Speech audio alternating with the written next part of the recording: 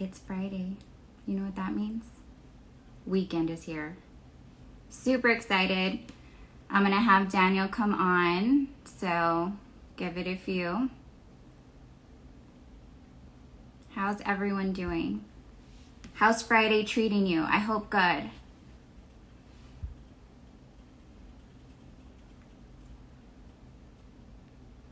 Let's see here.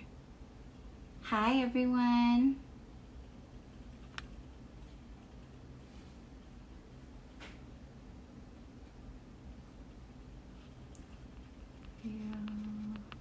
Dean.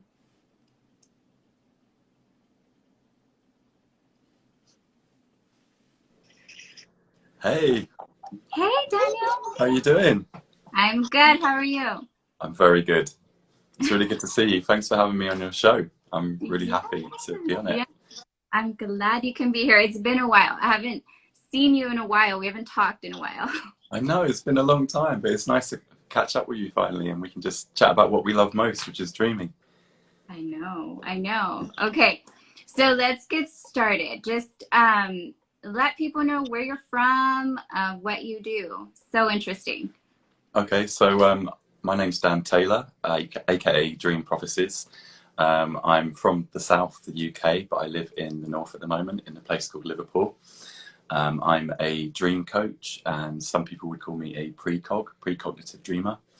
I'm also very much interested in dream detective work because I have a lot of dreams about criminality, crime, and even things like terrorism and other kind of similar events. So, yeah, that's what I do. I had a series of extraordinary dreams starting back in 2017, so not really too long ago. I was never really much of a big dreamer before 2017, but from then onwards, I just had to dive deep into dreaming because it's just the most incredible kind of realm of reality. Yeah, that's awesome. So, did you have vivid dreams when you were a child as well? Not really. The only kind of real dreams that I remember that were quite impactful on me were I had a dream that I was outside my body looking down at myself. I had a few kind of dreams where, you know, I actually reacted to the dream in the waking world because it actually scared me. So, for instance, I had a dream where I was on a telephone. This is when I'm a kid in the middle of like a desert with a big telephone box, and I'm on the phone like this, and someone pours like a purple liquid into my ear, and that dream caused me to sleep with the duvet over my ear for at least probably 3 or 4 years after, just because of that dream. But I never really had any lucid dream experiences until recently. I'd had that one astral travel experience that I remember. But apart from that, I had a few alien dreams where I'd see like an alien in my room and I'd scream, and then my parents would come in. But no, very often I didn't really have many kind of dreams like that. I definitely had a kind of big interaction with the spirit world, at least. And maybe that's what I'm seeing in my dreams now, this kind of interaction with the spirit world and my dreams and my waking life. It could be the spirit world, it could be God, it could be extraterrestrials. I really am not too sure exactly what it is. It could be ancestors. Um, but I don't think, to be honest, I will ever know what the actual truth of the matter is until the end of days, where we're, when we all pass away and we meet our maker.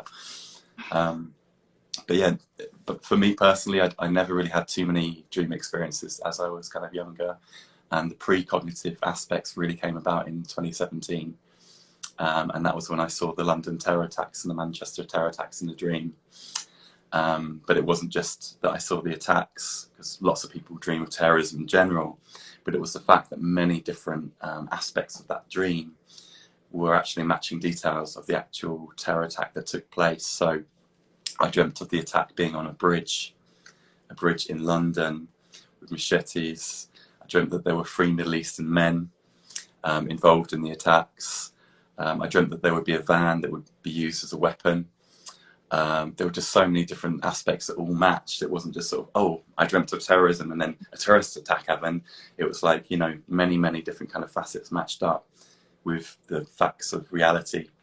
in the waking world. So those dreams really got me looking at my dreams in much more detail, writing them down every day in a dream journal, doing that on a very regular basis, and going back and analysing my dreams, and wondering whether the dreams that I've had will come into fruition in the waking world. Yeah, I just had a great time actually sort of learning about it. But the kind of thing that got me into this kind of dream work most was the dreams that I had of murders and killings. So I know a lot of people have these kind of dreams, and I think a lot of people dismiss them.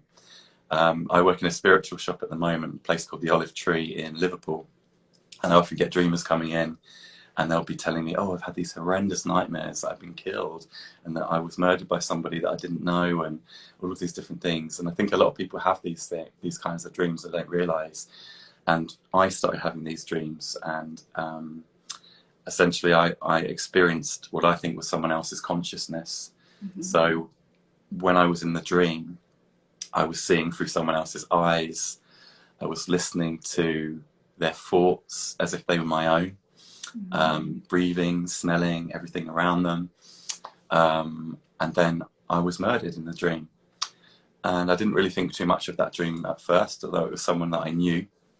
It actually made me wary of that person. But after this dream, I had several other dreams where I was on a bridge looking at a couple of skeletons in the water, and it happened to be in Chester. And there was a boat with the same person dragging these two skeletons away.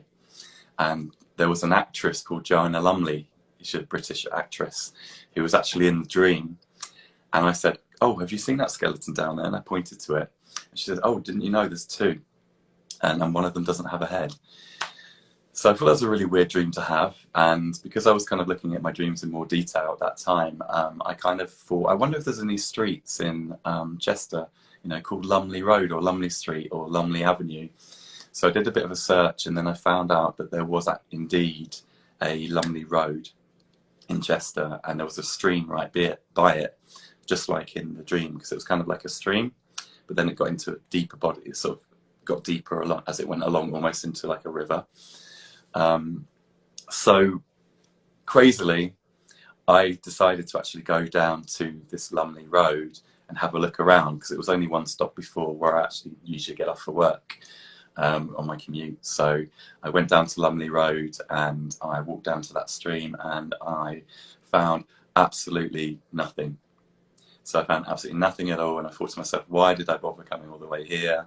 What an idiot I am to kind of think, well, maybe my dreams are actually matching up with reality in that kind of way, because it's kind of like really out there, that I was thinking that maybe this character that symbolises Lumley could be that street.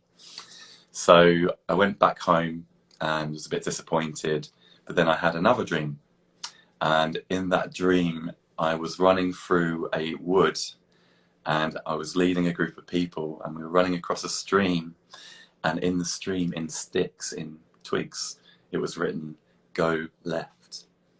And when I saw that in the dream, I messed it up, because it scared me, because it made me realise that we are being watched wherever we go by a higher power or by spirits or whatever it is. And so basically I messed it up in the dream. I carried on running, and then I said to everyone, oh, we've got to go back. I changed my mind and said, okay, I can't ignore this. So I can't recall when I woke up, that I knew straight away that that was related to this stream that I'd visited, because in order to go left in the waking world, you'd have to jump into the water and go through a tunnel, a really creepy looking tunnel, quite a long one. Yeah. And so in the end I said, okay, I'm going to get some Wellington boots, I'm going to jump into that water, and I'm going to go there. So I went down to the water, I jumped in, and as soon as I got into the water, this is in the waking world, there were freshly minted £1 coins, as if someone had jumped in themselves in a rush. So I thought that's maybe a little bit strange, but nothing too unusual. So I walked through this tunnel, and then I followed the stream. And the only way to get to this stream was to actually go through the tunnel in the first place. You can't get into the stream any other way. So I get to the end of this walkway along the stream, and I get to these kind of grills where the water goes into. You can't really go past that. And I thought to myself, right, I've done it again. What a fool, you know, I've gone all the way to this stream and there's nothing here, but at least I know now, you know, that's probably nothing and I just should leave it alone. But there were these ducks that flew over me and I thought, okay, let's try and sort of live now as I would in a dream, sort of kind of like lucid living. So I kind of watched the ducks and I walked along the stream, and as I'm walking along the stream, something from a tree falls. It was either like a kind of piece of dew or a leaf, something small. And as it landed on the ground was an ID card with the same address as that same person who I'd been dreaming of all those times, in the middle of nowhere, in a place where you have to go through a tunnel, walk down, you know, quite a long way. And here was this ID card in the middle of nowhere in Chester. And I'm thinking to myself, okay, I think this is something. So in the end, I handed it in to police who were very interested in what I'd found. And then I had another dream. And in that dream, we're in a car and we're driving away with a body in the boot. And we drive down by a bridge, by a canal. I think it was a canal. And in the sky, there were these kind of strange kind of pillars with this kind of squiggle in the middle of each pillar. So about 4 of them. And so what I did was, after having that dream, I kind of wondered whether it was linked to this same case, because it was in Chester again. So I ended up looking up on Google Street View every single bridge that I could find in Chester to see if any of them matched my dream. And one of them did. Wow. So I walked all the way there, and when I got to the bridge in the sky, there were these 4 kind of cloud formations in lines with a little squiggle along each, and it was just as I got to the bridge that I saw that in the sky. So learning to you know, be a practitioner of lucid living, I kind of realized that if you look to the world, you know, and understand that your dreams are fragments of it, sometimes your dreams may be guiding you to find certain things, or even you may even be wanting to guide yourself towards certain outcomes, and your subconscious perhaps guides you there. But wow. Yeah, it's quite a long story as to go on about that one, but that's what it is, you know. But yeah, that was the most profound experience for me, and my most kind of interesting. That is so detailed. Yeah. You know, how spirit just gives you these messages, and I like how you get the message and then you go to sleep and then they present you another message because they want you to go, you know, help them, like help these people who have been murdered. And how does that work? So if you go and investigate these scenes, these places, do you contact authorities beforehand, or do you just go and tell them? Because how do you protect yourself? Like, you weren't involved in it. You know what I mean? Well, that's the difficult thing. If you know somebody, you're already kind of one person away from a potential murderer. And, you know, if you were a policeman and you were conducting an investigation and you kind of knew that, you know, oh, this person's gone missing, and they happen to know this person, and they look at the whole network around them, friends and so on, or colleagues. So there's always a risk involved. And if I go to these places that I see in my dream that I've never seen before in the waking world, that I've only seen in my dreams, when I get there and see it in the waking world for the first time, and the second time maybe, I have to be very careful. So I can't leave my DNA anywhere, I can't get too near anything, and I have to be careful that I don't interfere if there is anything there. Like, if I saw some evidence, I wouldn't want to touch it. I wouldn't want to, like, mess up a crime scene, basically. Yeah. But I'm not fortunate enough, like some of these dream detectives. Some of them, they have friends that are in the police, and, you know, because of that, they can always show them their dreams every time they have them. But I'm not lucky enough to actually have those contacts to be able to say, hey, I've had a dream. Can you take me seriously? Because most of the time when you call up, you know, like the non-emergency police number, for instance, you know, they think you're mad. So, you know, you've just got to document everything that you experience. So you've got to document all of your dreams.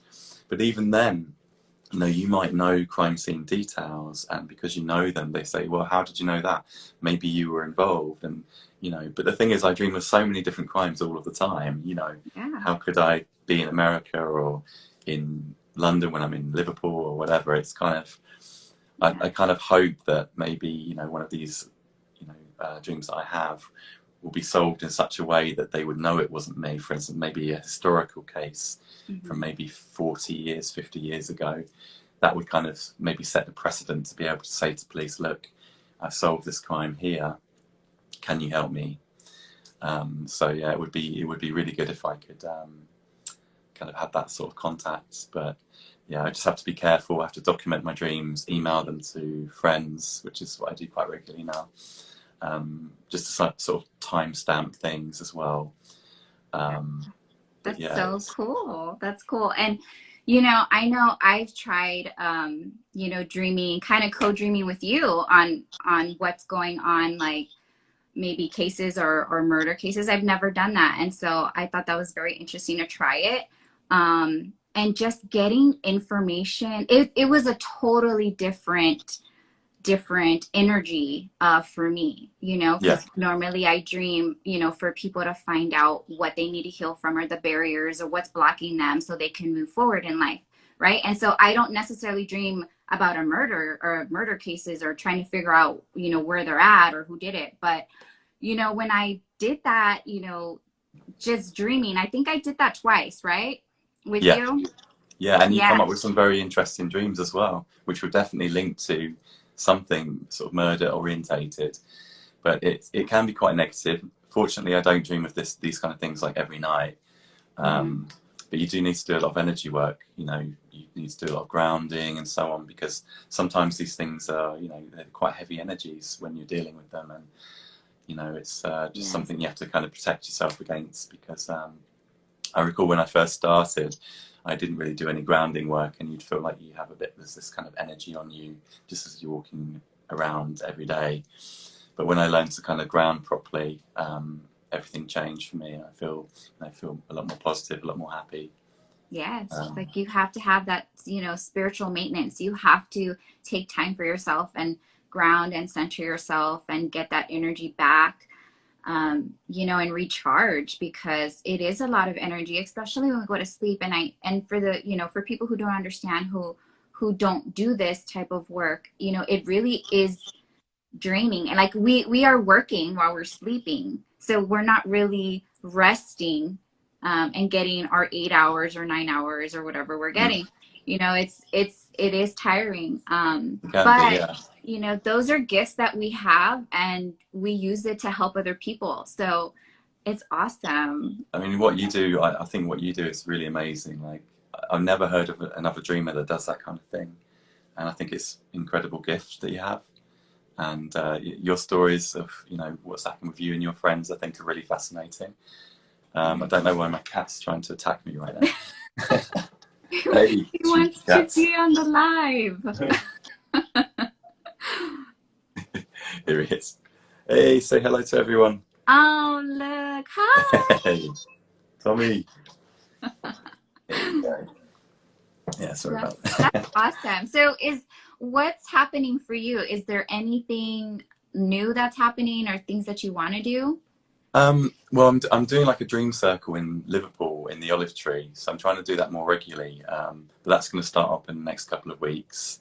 I'm obviously, I've got my website. I'm doing dream coaching. If people need any dream coaching, they can contact me at dan123taylor@yahoo.com.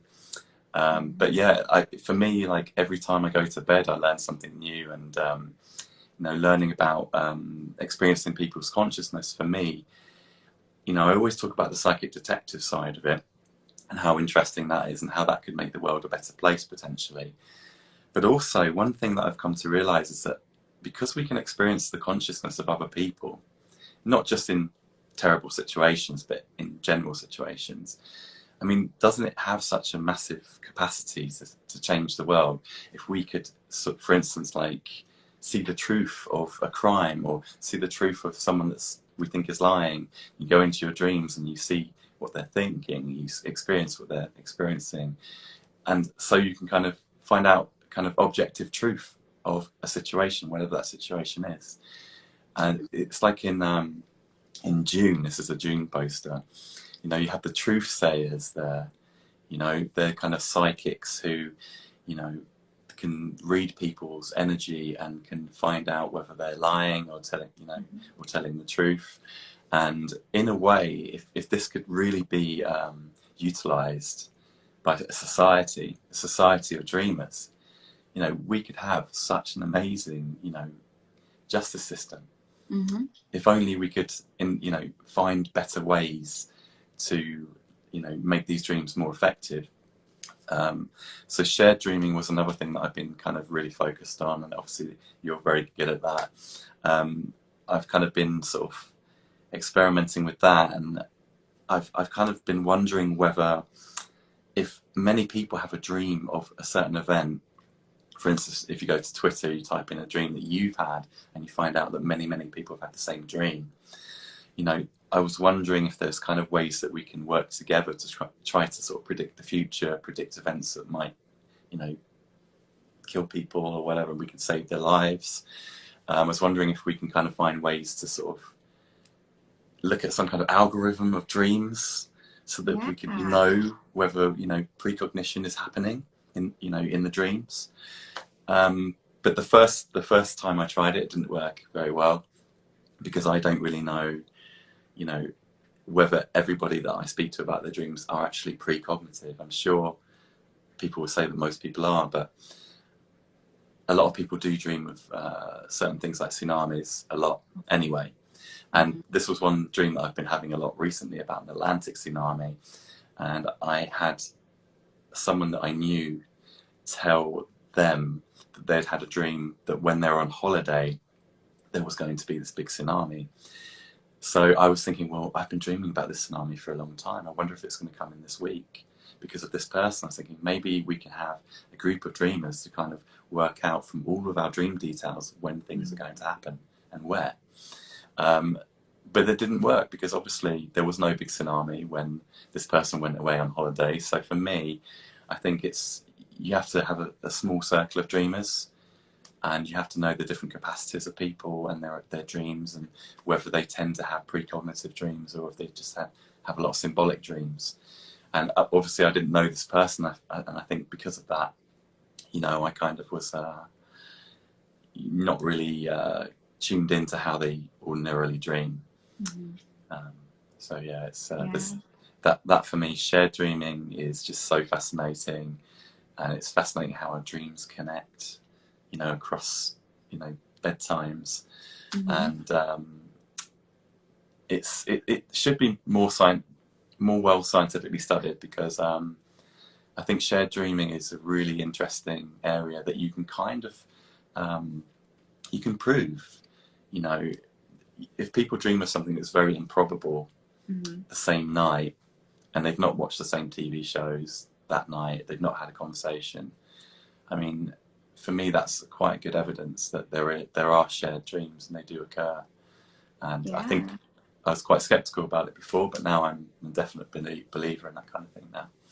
Yeah, and you can get so many messages. And the thing is, you have to have a dream language. Like, there is times where it's symbolic, and then there's times where it's literal, and you have to be able to distinguish the two. And that's where it gets tricky. Is that really going to happen? Is that a literal word for word or picture? Is that true? Is that the scene that's going to take place? Or is this just a symbolic thing? Like water is always tied to emotions, so is it that? Is it something emotional or something that's going on? Or is it really going to be a tsunami? So it's a lot that goes into it. And the more that you do it, the more that you're able to distinguish between the two, between a symbolic thing or a literal thing. It's really strange, isn't it? Like sometimes you will dream of both. So you'll have a precognitive dream, and there'll be symbolic elements as well as literal elements within the same dream. So that makes it even more confusing, doesn't it? I mean, it's even more complicated when you've got those aspects. But what I think is really cool is that when we dream of the future in a symbolic way, you wonder whether that future has happened, because it's almost as if something is trying to show you what could happen through symbols rather than necessarily what has happened. And I find that quite fascinating, the kind of why do we dream in code? This is something I always talk about. Why do we dream? If our subconscious is so clever, which we know it is, Like, why do we dream in code when we could so easily be given straightforward answers? Yeah. So And those are things like, you know, we don't have the answers to everything, right? But we're learning, and I feel like every every year something new comes in, or I'm just learning something, or the gift gets stronger. You know, now it's like, now when I'm awake, you know, spirit talks to me in conversations with people. You know, I could be sitting there and there's two people having a conversation, and I feel like, you know, I need to say something and I don't say it. I hold back. I let them have their conversation. But then I know when spirit's talking to me, because I get that feeling in my stomach where, like, I get nervous, kind of, where I just need to blurt it out and say it, and I'll just say it. And then, you know, they look at me like, yeah, you're right. I should do that, you know? And it's like, it's just so crazy. Like, and I don't even say, okay, well, spirit told me to tell you. No, I just say it like it's me, you know? I should probably say spirit said, just because I need to give credit where it's due. yeah. But that's it. That's a really funny thing, is that you know, people come up with some amazing ideas that change the world through dreaming. You know, they might come up with an invention or something, or a story idea that they put into a film or whatever. And what I think is so funny about that is that if you get an idea from a dream, it's not really your idea. So you shouldn't really take so much credit when you come up with this brilliant idea. Like, was it really me, or was it just me kind of cheating in my dreams and finding this information, being given it by someone else? Yeah, I'm just so fascinated with this stuff. Like, I love the spiritual world, and you know, it's really hard sometimes to tell people, like, to explain what you do, you know, your gifts that you have. For people who don't really understand it or don't know it, they kind of think you're crazy. Yeah. You know, and it's like, no, this is a real thing. Or they think, you know, depending on their culture, like, they think it's a bad thing, Yeah. you know, that it's not from God. And I'm like, no, it's not a bad thing. Like, I don't like, I Yeah. don't want that dark energy stuff. Like, this is all, you know, love and light and God, like, Yeah. straight up 100. Like, I always ask for God's assistance all the time, and he always comes through in so many ways. I'm telling you, if, you know, if everyone can just ask for help from God, and, you know, just pray or meditate, or just in your thoughts, because spirit can hear your thoughts too. You don't have to voice it, although you can. But be very sincere and come from your heart, and energy matches energy all the time. Definitely. Definitely. It's Yeah. almost like our hearts guide us. And Mhm. I think there are a few cultures within the Native American realm where they think that you have two souls. You have one in your head and you have one in your heart. And when you dream, your heart space opens up to the world.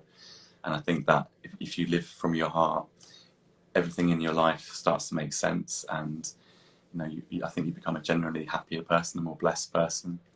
And especially when you count your blessings and you do thank God for, you know, what you've got in life, I think that more comes to you in positive ways. So yeah, I think having God in your life is definitely a good thing. Whichever God you like, whether you think it's your higher Mhm. self, or Mhm. you know, Allah, or you know, whoever, Mhm. you know, they will guide you. Yeah. And I definitely feel like, you know, we were placed in different parts of the world, our gifts, on purpose, you know, to reach different, you know, areas of the world, and to give your point of view. And it's, you know, I hold space for everyone, and I don't like to judge anyone either. You know, and I respect everyone's journey. So Yeah, whatever they believe in is great. You know, I'm not here to say that's wrong, yeah, or anything like that. I think it's very interesting. I love to hear what people believe in, mm, and what is true for them. yeah, And that's awesome. Like, I'm all interested in that. So that's so awesome. That's so awesome what you do. I'm like, I still get fascinated by it, because I mean, these are cases, these are like serious things that are happening, Yeah. and you're just given all this information and details, and you know, and you have your own language and what things mean, you know, like street names and things Yeah. like that. That's so cool, and And it's cool that the you figured that out. yeah, I mean, the kind of sort of dream detective dreams that I do have, you know, sometimes I did live in a bad area at one point, and luckily I moved away from there. But like when I lived there, you know, I actually asked one of these people who were up to no good, you know, was this dream true? And they said to me, Dan, stop looking in my dreams. And that was, you know, for me, that was real confirmation that some of my dreams about things that happen, you know, Mm-hmm. were real. Um, so yeah, it's like, yeah, it's a fascinating thing. I haven't had many dreams about missing people recently. I've had a few kind of precognitive dreams, generally quite mundane at the moment, you know, but I don't think it's mundane. I think any precognitive dream is amazing. If you dream of like seeing your breakfast tomorrow, or you know, whatever it is, I think it's amazing. You know, it doesn't have to be like a dream about something like a big terror event or an earthquake or whatever to be an amazing dream. Yeah. Yeah, I used to see, I remember one specifically because it really freaked me out. And I was so young. I must have been about maybe 6 or 7. And it was in the woods. And, you know, I saw this girl and she was, you know, being chased. And, you know, this guy was after her and, you know, he killed her. And like, I saw everything. And I was, you know, it was scary. It was scary for me as a child to see that, and I didn't know what it was. I didn't know what to do with it. You know, I was scared to go to sleep at night when Do you I was still little. remember it like really I vividly? hmm And I do. like when you saw it happening, were you seeing it from like above, or were you seeing it through the girl's eyes, or were you seeing it as if it was like a film? How I did was you see seeing it? it. I was seeing it like it was a film, like, Yeah. but it was close. Like it was close, and it was just it was hard. It was hard for me as a child to see that. You know, what do you do with that? And then nobody believes you anyway. So, you know, it was hard, you know, being young and being the only one in my family who had gifts like this. Yeah. You know, so I suppressed a lot of it when I was little. It can be But isolating for yeah, sure. yeah. So I mean, now it's like I see different types of things. You know, I do see, you know, prophetic dreams. I see like collectively things, you know, even things that are about to happen that do happen, or just outcomes, you know, government wise. And I don't talk about those things just because I don't want to share those. But yeah, I mean, and I don't even ask for it. It just happens. Like spirit just shares it to me, shows me a whole thing. Like this is what's going to happen next. And I'm like, what do you do with that? And that's hard because there is nothing that I can do to stop that, you Yeah. know. And sometimes the information you get is only really obvious after the fact. So when the event happens, you're like, ah, okay, so that was definitely precognitive. However, Hmm. there's no way you could have guessed that it would have happened in this precise spot. You know, this Hmm. whatever it was that you saw in the dream. You need a lot of details to be able to be effective. And I'm reading this book at the moment by Chris Robinson. It's called Dream Detective, Okay. and it's a really great book. I'd recommend it to anyone. This guy's, you know, he's the real deal. He has quite similar dream experiences to me in many ways. Difference is that he's actually, you know, helped police. He's helped secret services, and Hmm. the cool thing about his dreams was that whenever he dreamt of dogs, it meant terrorists. So he would dream of like two dogs driving a car, and he'd know straight away that it was a dream about two probably IRA terrorists. And his dreams really much matched, you know, the waking world events when they unravelled. And he did get very anxious and very stressed and depressed because he knew that he kept having these precognitive dreams. And even though he was in touch with the, you know, intelligence services and so on, he has some good kind of ins in there. Um, he couldn't save people's lives sometimes, and you know, he had the information that there would be like an explosion in a military base in the UK, but he wouldn't know when it's going to go off, and he'd just be on high alert all the time, checking the news, and it's quite anxious. It's an anxious thing to dream of these things and not be able to deal with it, Mhm. or to let it go, and Yeah. know that you can't always, do everything about your dreams. And If that's a once you good, accept that, it's easier. yeah, and that's a good point that you said about, what the dogs mean to him, because that's his language. And that's why Yeah, it's so important to know what your dream language is. What do these symbols yeah, mean to you? And a dog is a perfect example, and I give it all the time. It's like, if dogs are loyal, they are loving, they love your attention, they want to play, right? But what if, you were a child and you had a bad experience with a dog? What if, exactly. Yeah, you got bit by a dog? Well, dogs may mean, something scary to you, and not necessarily the fun loving dog that everyone else sees. So that's exactly. why it's important. It's your dream language is important, because it's going to resonate with you and what it means to you. What's Psychic Chrism saying there? He said, that's one of the hardest things about this, to know what's going to happen, but can't do anything about it.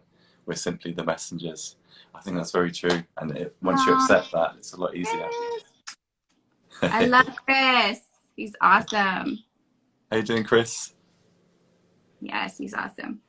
Yes, it's so hard. It's so hard. And we carry that. We want to save everyone, or we want to help as much people, and just to be there and not be able to help is it's hard, and we have to let it go, right? So, yeah, we have a tough job, right? Definitely.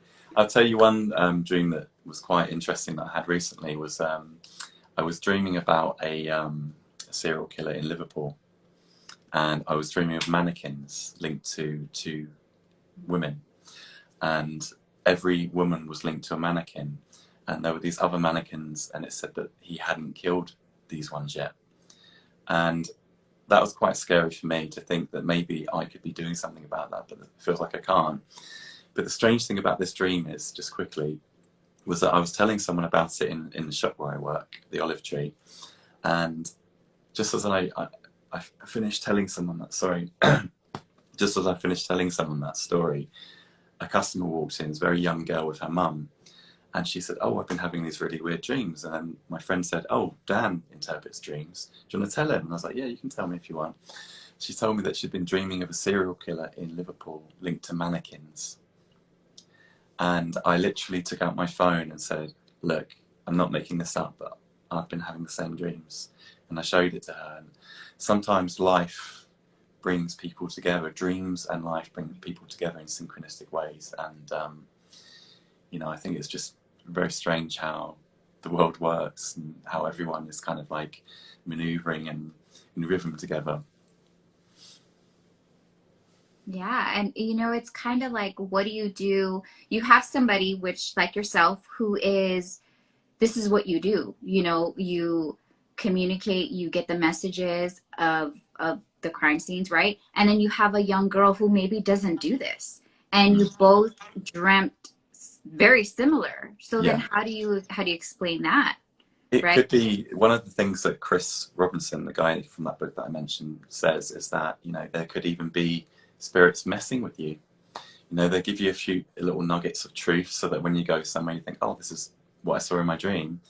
But then, they don't give you quite enough to actually be able to, as we say, like solve it or prevent Mhm. whatever. I mean, it's not to say that, people's dreams have never prevented deaths and so on, because some people, they avoid trains and planes because of dreams, and Mhm. they, those planes and trains crash and they survive.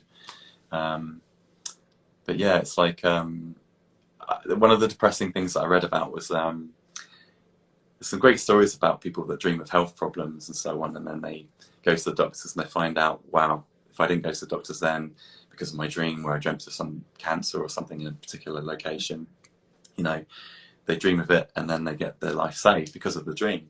But you do have people that have those dreams and they actually don't go to the doctor and they die from the ailment that they had dreamt of, and you wonder, like, that's sad, because you think that the dream givers know the future. Mhm. But if they know the future, why would they necessarily be giving people dreams when they know that they're not going to act on it? And I think that is a really interesting aspect there. Like, why would they bother giving the dream in the first place? Maybe it's to give comfort to the relatives of that person when they pass away. You know, it wasn't for nothing. They did try to save them, but they didn't, you know, see the dream. And there's, you know, there's liability too that goes along with that, you know, about telling somebody a health, you know, diagnosis or something like that. Like that's one of my boundaries that I have. I won't dream for people about, you know, any medical diagnosis because I'm not a doctor and I'm not, you know, going to ask spirit of that. Even death, like who, what, when, where, like I'm not going to do that either. I'm just not like, would you want to know? Would you want to know when you're going to die and how, you know? Yeah. Probably like, not. I'm not going to do that either, you know, or third party questions, because I really believe that you have to ask permission, you know, you have to ask permission from that person, you know, to connect on a soul level. Like I'm not going to go and find out if your boyfriend's cheating on you. Like, I'm not going to do that, you know, like that's not going to help you evolve or grow, you know, on a soul level. So I think, you know, boundaries are important and we all need them. Yeah, 100%. In the dream world and the waking world. Definitely. Yeah. I mean, it's amazing how everyone dreams so differently. Mm-hmm. You know, like, for instance, a lot of people, they dream of like slaying demons and flying on like unicorns and doing crazy stuff like that. And I don't have those dreams really so much. And I'm kind of like, that would be really cool if I dreamt of, you know, fun stuff like that sometimes. I mean, I do have some fun dreams, but there's people that have them like all of the time. They're doing all these things, and you're thinking, wow. That's me. Guilty. Guilty. I do Guilty it as charged. I do so much work on the other, you know, on other planes when I'm asleep. So I'm a guide for other people. I'm literally in their, like, that little voice that you hear in your ear, like what you should do or what you shouldn't do. That's me on the other side. I've seen it. You know, kind of telling them, especially like speeding in the car, that's been done probably twice with 2 different people already. And I'm telling them, you need to slow down, like, because I already know what's going to happen. And I'm telling them, slow down, slow down, slow down. And they'll end up just slowing down, you know, just that, or in a totally different plane where it's almost like Marvel looking, you know, Star Wars looking. You know, planetary stuff. Like, you know, I'm always this warrior that is fighting something, you know, trying to save everyone or protect something, you know, and it's funny because I joke around because I'm like, in this life here on Earth, I am not a fighter at all. Like, but on those other planes, yeah, I'm a big fighter. You are a fighter, come on. But yeah, it's like, just the whole way people dream differently is just fascinating for me. And it's like you say, you know, if people tell you something that you don't believe or that you think is a bit unusual that you haven't experienced yourself, like you said, it's like a good idea just to keep it in the back of your mind in a little box. And when that does potentially present it to yourself, you can take that box out and open it up and be like, oh yeah, so, you know, you can connect all these thoughts that you could have been having about that thing. Then if someone told me that they'd been having psychic dreams about missing people, if they told me that 10 years ago, I just think I wouldn't be sure if I believed it, to be honest. But I would put it in the back of my head and think, well, it's possible, but I don't know. I couldn't really say unless I experienced it. And I think like experience is a really important aspect of, you know, what you get in your dreams as well. And I think it's very good to keep an open mind. I mean, I never lucid dreamed until recently, the last few years, and I never really knew that even existed as a phenomenon, and it's incredible. And you know, joining the Lucid Hive, you know, we've joined the Lucid Hive. It's a group of lucid dreamers and lucid livers. You know, we've all sort of learned from each other and learned the incredible ways that everybody dreams. But lucid dreaming is very fun, and I wouldn't say I'm as experienced as a lot of people in that group, but lucid dreams are something that I could never have even imagined as well, you know, could exist. Yeah. And, you know, we all know now it's scientifically proven, it's, you know, a fact. But yeah, it's just one of those things, isn't it? Yeah, that's cool. Yeah, I definitely look at that group and it's very interesting. I love to just see different types of work and Yeah. spirit communications and things that people do to help themselves. It's amazing. I like it. Yeah. You know, I'm not a lucid dreamer myself, Yeah. but it's very interesting. Very Yeah. interesting. Definitely. Yeah. Also, astral travel is something I've got a new experience with, and what I found quite strange, and I'm sure maybe some people in the comments might know more than me about this, is that I had two experiences of astral projection recently, and they were both black and white. And I thought that was quite unusual. I wondered why it would be black and white, and I don't know if anyone has any idea about why that would be, but I thought that was quite a strange aspect of that dream, because I don't normally dream in black and white. I don't know if you ever had that experience with astral travel where it's not in color. No, they've been in color. I've never had really a black and white astral travel. What Yeah. did you do? What were you doing? Well, the first time I got stuck in my ceiling, when I blew up my body, I got stuck in the ceiling and I couldn't get out, and then I woke up.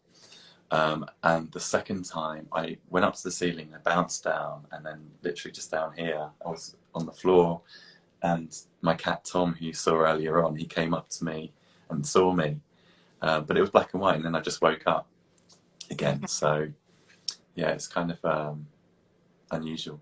I really want to do some experiments to see if, you know, what I can see in the waking world matches to the actual astral, you know, dreams that I've had.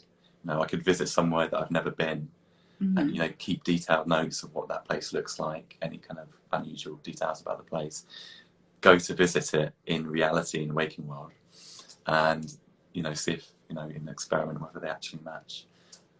Yeah, I've had some really strange experiences. You know, I did do astral travel, but I've mentioned this before in other lives, but I mean, what happens when you're asleep, right? And you dream of you dream of, you know, driving a car, a convertible car, the sun's in your face and you're driving and you finally stop and then you wake up from the dream and you're sunburned all right here. Like, how do you explain that? I've never had that, but that's amazing. Yeah, that's unless me. you're sleepwalking. No, you can't even say that because it was nighttime and the sun is not out. So how do you explain that? Were your feet covered in mud? Do you have a load of mud at the bottom of your bed? No, it's so crazy. That's and amazing. then I had another one, and this only happened twice in my life. The other one was I was swimming, and when I woke up, my hair was drenched. Like I went like this. I remember the story. Yeah, and water came out of my hair. I got up and I was like, oh my God. The first thing I thought was sleepwalking. Did I sleepwalk and took a shower and not remember? Like, what makes sense, right? Your brain is trying to make sense of it all. So I go to the restroom. I looked at everything. Everything was dry. Everything was dry. I went to the other restroom. Everything was dry. Like, I went to the sinks. Like, there is no explanation of why my hair was like that. I don't know where I went. I don't know what happened. But when your physical body changes, yeah, what is that? Oh my God, I'd love it if they could actually document that somehow. Like, have some scientists like monitor you, and like maybe one day you'll have a dream like that again, and the same thing will happen. I mean, yeah, they'll probably take me and not bring me back. I don't know. It's just a case of, like, you know, the mind is a very powerful thing. You know, potentially if you think there's something wrong with you, something will become wrong with you. You know, if you think you're depressed when maybe you're not really, you might have continual thoughts about depression, and you end up being depressed because of that, or listening to depressing music and so on. But it's the same, like, I wonder, like, if you're in a dream and your body believes that you're under attack somehow, you know, maybe that's what's happening. You know, I don't know. So, okay, about that. Have you ever seen yourself die in your dream, that it was you? Like, have you ever died? Like, seen myself, like, that is me, I'm dying there. I don't think so. Off the top of my head, I don't think so, no. Have you? Do you have that happen a lot? It does, and What was really scary is I had one where I had got shot because they wanted information. I don't know. They wanted information. I was like, I ain't giving it to you. And so I got shot, like close range, and I got shot in my stomach. And I remember the pain. Oh my God. It was like I felt the pain of a bullet. And I feel it in my stomach, and it was crazy. And I remember I didn't give up the information, and they wanted it and I didn't care. I was like, then I guess I'll die and you'll never know. I like that on the other side. Like I am like, yeah. And so I'm like, nope. And when I woke up, it was crazy to think like I actually felt what it feels like to get shot. Mm. And it's supposed to be quite a painful place to get shot, isn't it? According to one film. It was. I remember it was just like I acted it out, everything. Like, I mean, I was like hunched over, I was like in pain, like everything. I mean, it just seemed so real. Mm. So it's one of those. And for the longest time, I never knew I was dreaming until I woke up, because it feels so real. It feels real. And, you know, when you wake up, you're like, oh, it was a dream. Like, you don't even know. Mm. It's scary. Yeah. One of the things that I find really interesting about those kinds of dreams where you're experiencing someone else's consciousness is that the thoughts that you have in that dream are so like automatic. You know, you're having the thoughts of somebody else, but you don't realize it. It just makes you wonder, like, all of the thoughts that we have every day in the waking world, you know, how automatic are they? Are we just experiencing, like, you know, these thoughts as we go through our day, just as you would if you were in somebody else's point of consciousness in a dream? You know, is it all kind of scripted, and, you know, are we all kind of programmed to kind of have this life experience the way it exactly it's about to, you know, basically, is it about, do we believe in predestination and fate? You know, all of these things come up when we talk about consciousness. All of these cool ideas about, you know, what life is all about, all kind of crop up. And that's one of the coolest things about dreaming, is that it gets you questioning life. What is life all about? Yes. And Chris has a question. Have you ever healed your body in a dream state and woke up feeling healed? I haven't. No, I don't have a lot of experience with healing, to be honest. I do have quite a few people that come into the shop where I work that do Reiki and other kind of healing work. I know some dreamers that have done healing to people at a distance, and they said it's been very effective. But personally, it's one of those things I've got in a box here, because I've never actually experienced it myself. But, you know, I take people's word for it, because a lot of people have these experiences. And but no, I've never had that. That would be fantastic.